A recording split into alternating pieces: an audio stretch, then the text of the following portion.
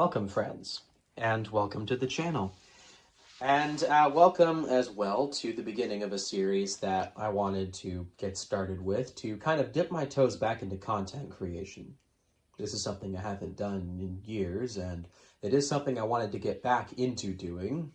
Certain life circumstances and living situations and work schedules and a lot of other things, honestly, got in the way of me starting up this stuff again.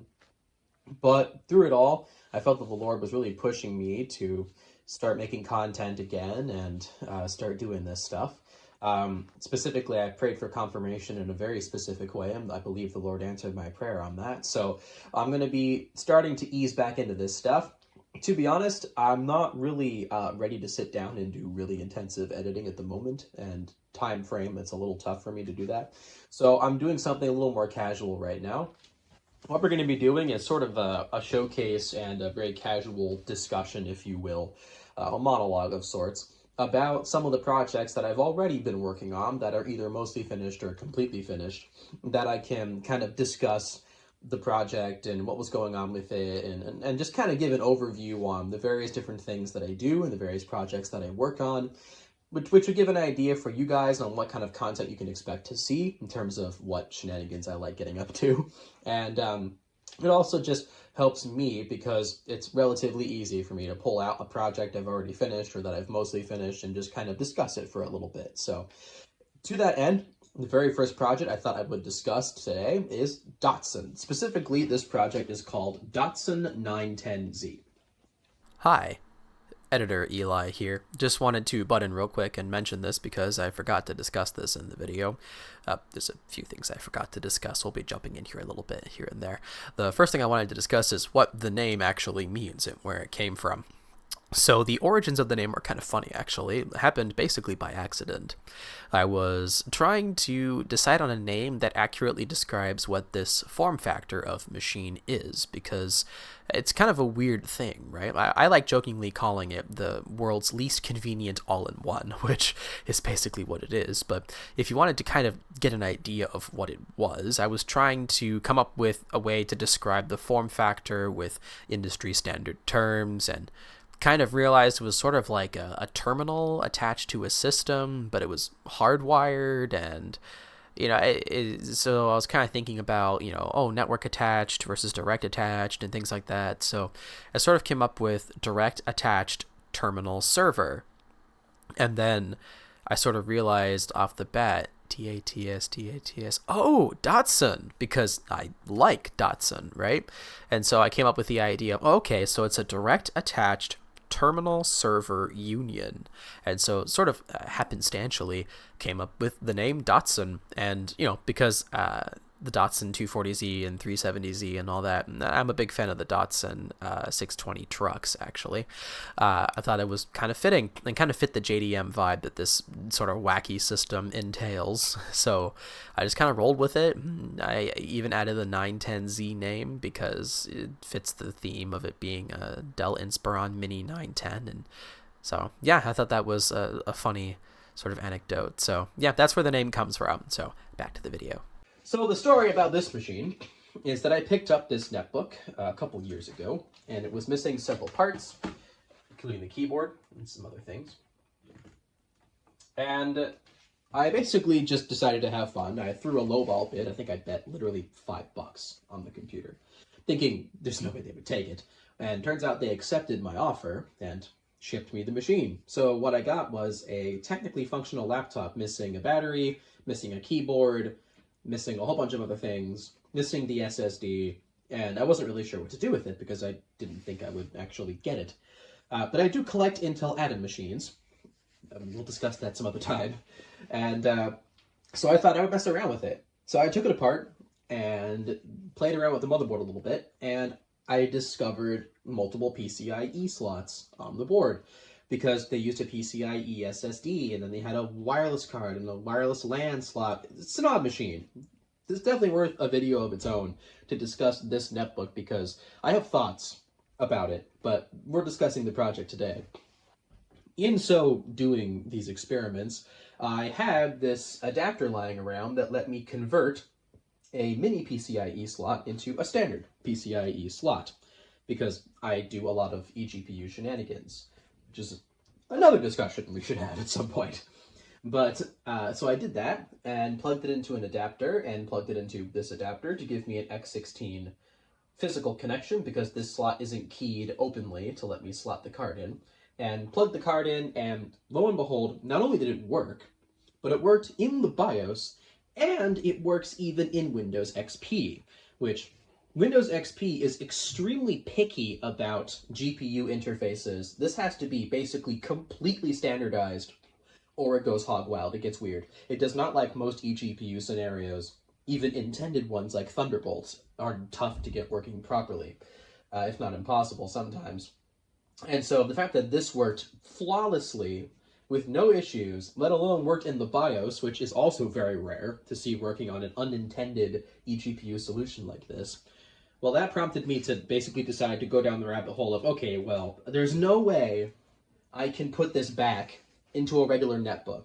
I can't eliminate this opportunity because it's an Atom system. It's an Atom N270 system, which is one of my more favorite platforms to tinker with.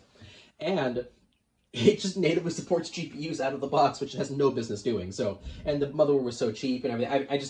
I had to do something about it. So I just basically cobbled this together, mostly from stuff that I had, and I've been slowly adding to it and making improvements over time. The project was, I would say, in a usable state probably about a year ago, back in January of 2025, when I was attending VCF SoCal. It's a vintage computer festival that's about an hour away from where I currently live at the time of filming. And it was the first vintage computer festival I'd ever been to, and I decided to exhibit because I don't really like attending, to be honest. I prefer showcasing stuff. And I had this project pretty much ready to go not that long before, so I decided to bring it. So I just kind of got it working and brought it to the show, and it was really fun. Editor Eli here. A couple of things I forgot to make a mention of. The first I'll make mention of here is I completely forgot that when I first assembled this machine, I was actually running it off of a USB drive because I couldn't for the life of me get a standard mini PCIe drive to work with a computer. I didn't at the time know that these took these weird proprietary SSDs. I just figured because it says mini PCIe and that's the SSD that the specs claim it had at the factory that it should just have one. But yeah, that's when I discovered the madness that was the PETA mini PCIe SSD. So that was interesting. You can hear a little bit about me finally figuring that out when I got everything swapped back in with this SSD after I bought it, and you can hear me finally kind of breathing a sigh of relief as it seems to work this time. Well, D-ATSUn never ceases to be finicky, but it looks like this is going to actually work this time. I have XP running off of the GT710, the installer anyway, and I think, now that I've ordered one of the like 3 SSDs that apparently you have to use with these netbooks, I think it will actually show up. I think I can finally get this installed, hopefully, so I don't have to run off of dang USB, because that sucks. So we'll see. Hopefully we can get this running. That'd be awesome. After that finished and everything seemed to go smoothly, I went ahead and set it aside and put it into storage, and then another vintage computer festival called VCF West came up around June. And that was a great time. It was honestly a lot of work and kind of expensive, and it kind of wiped me out. But it was a good time. But one of the things I ran into was at VCF SoCal, I basically had this sitting idle. It was showing the desktop, running Windows XP things, everything was working fine. But at VCF West, I started to get more into the idea of trying to actually do things with these, because I know it sounds weird, but I don't build these for specific purposes or to run specific programs. I just do it for the love of the game, if you will. I do it for fun. So I tried to run 3D Mar 2005, and very quickly, within 10 seconds of running the first demo, it immediately black screens. And the computer doesn't shut off, it's just the GPU, basically, black screens. So after doing a lot of testing at the show, I realized that the power adapter I was using previously to power the GPU, because this one runs the laptop and this one runs the graphics card specifically, and only the graphics card, I realized that this was not enough power. Now this, the one I used previously to this one was a little smaller. It was one intended for one of those external SATA hard drive adapters. So it has a SATA plug on the end, and it was rated for about 24 watts, 12 volts, 2 amps. And I figured, well, it's probably fine for this. I didn't look it up at the time, but I figured it's a GT710. They're not that powerful. It's probably fine. But turns out, I realized that the GT710 uses about 34 watts at full tilt, which is definitely too much for that other power adapter, so that's why it shut down. So I ordered this 5 amp 12 volt adapter, so 60 watts in total. This uses a Molex connector instead to supply power, and I bought a higher rated adapter connector to connect it to the floppy connector on here, because this uses a 4-pin Berg connector that was used on 3.5-inch floppy drives for a long time as the power input for the graphics card. And obviously there's no power input on the GPU, so it must get its power from that Berg connector. So I got a color-matched black cable that also was rated for more amperage to make sure that we wouldn't have any issues, and also just, tidy everything up. And while I was already doing that, I had to pull the GPU all the way out, so I went through and redid the cabling to make it look nicer, added some extra zip ties to hold everything nicely and tightly into place. And then one of the last things that I did is, I've been looking for this for a while, but I finally found one. I added this carbon fiber spoiler, this wing on the back.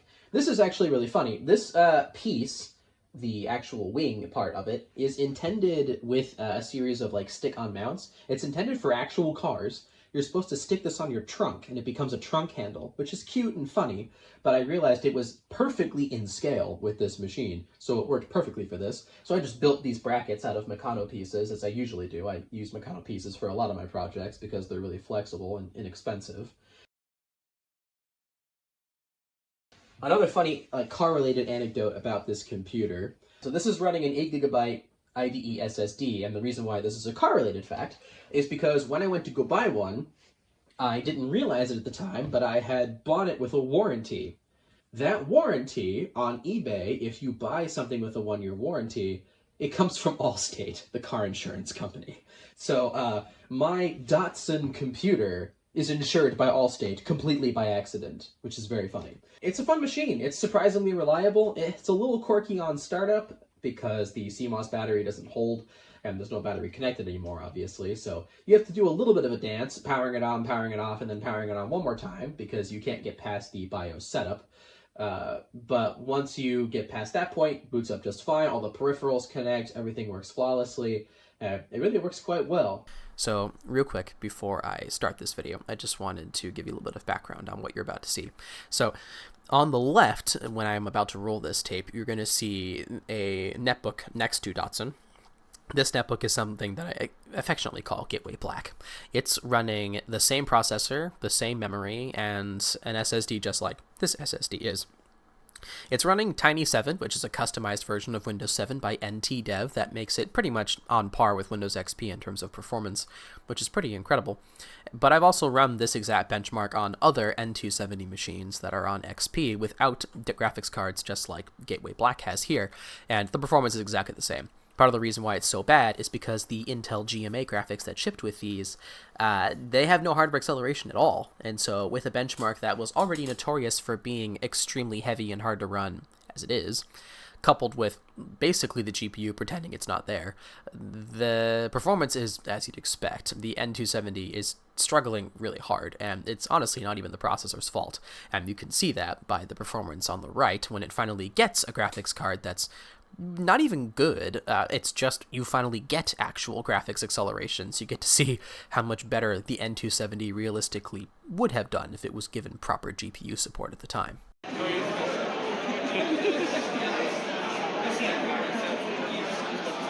It's just a little faster, you know? I've since bought some peripherals for this. I've bought an RGB mouse mat, and I've bought a trackball mouse with RGB lighting and a couple other silly things to kind of tie into that, D-ATSUn theme of the build. And it's funny, I basically did this for fun, but it's quickly become one of my favorite builds I've ever done.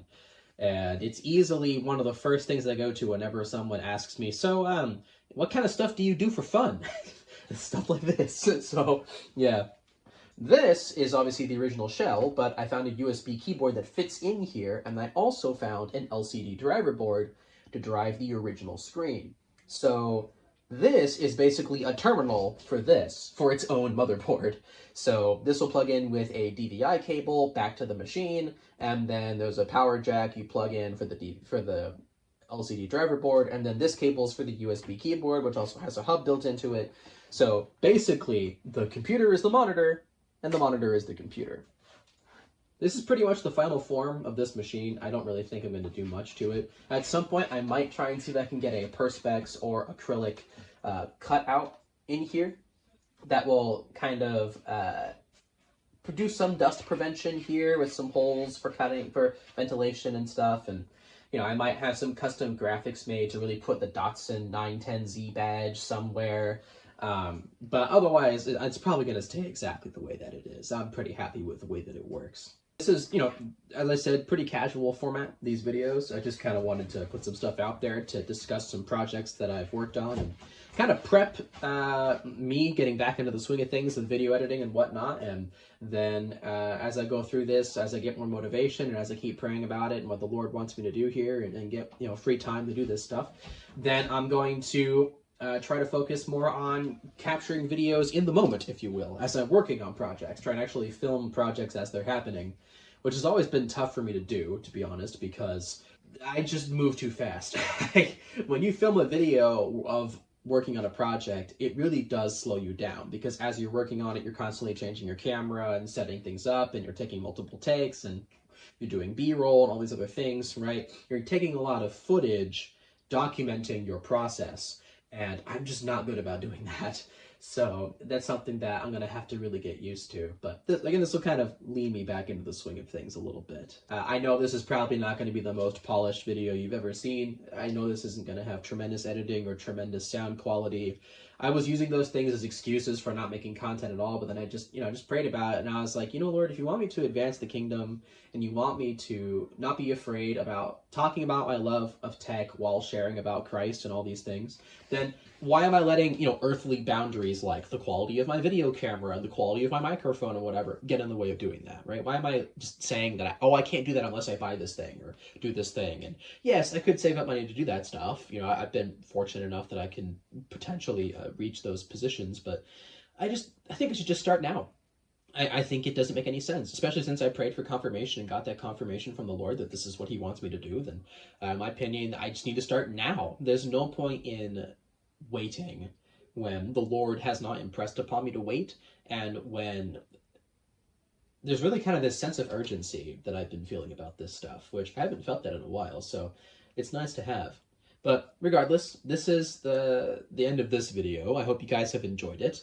I hope you can appreciate me waffling on a little bit. I know it's probably going to be a little bit annoying, but take heed. I hope you enjoy this stuff. And until next time, goodbye.